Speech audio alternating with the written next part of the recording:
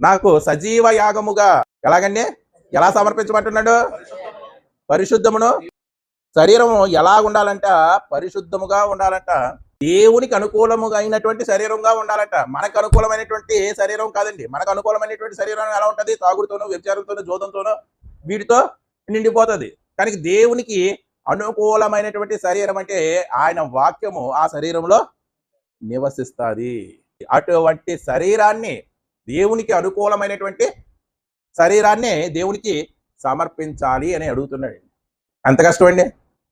మనం పాట ఈజీగా పడేస్తాం. ఇదిగో దేవా నా జీవితం ఆపాద మస్తకం. ఆపాద మస్తకం అంటే నకసిక పర్యాంతము. నకసిక పర్యాంతము అంటే పాదాల దగ్గర నుంచి నడినెత్తి వరకు కూడా అర్పించేస్తాను, తీసుకో. అర్పించేస్తాను, తీసేసుకో. ఆపాద మస్తకం నీకు అంకితం. తీసుకుంటాడండి. దాంట్లో బ్రాంతి పోసేసి, ఆ శరీరంతో వ్యభిచారం చేసి, ఆ శరీరంతో దొంగతనం చేసి, ఆ శరీరంతో సహోదరులను దూషించి, ఆ శరీరంతో అసూయ చెంది, ద్వేషం, స్వార్థం ఇవన్నీ కలిగినటువంటి ఆ శరీరాన్ని ఇదిగో పాట పాడేసి, ఇదిగో దేవా నా జీవితం ఆపాద మస్తకం నీకు అంకితం మన పాట పాడేసినంత మాత్రాన్ని దేవుడు తీసుకుంటాడండి. మీరు అలా అర్పించేస్తారనే దేవుడు ఏమన్నాడు? పరిశుద్ధమును దేవునికి అనుకూలమైనటువంటి సజీవ యాగంగా. మనకు అనుకూలమైనటువంటి శరీరాన్ని దేవుడికి అర్పించడం కాదు.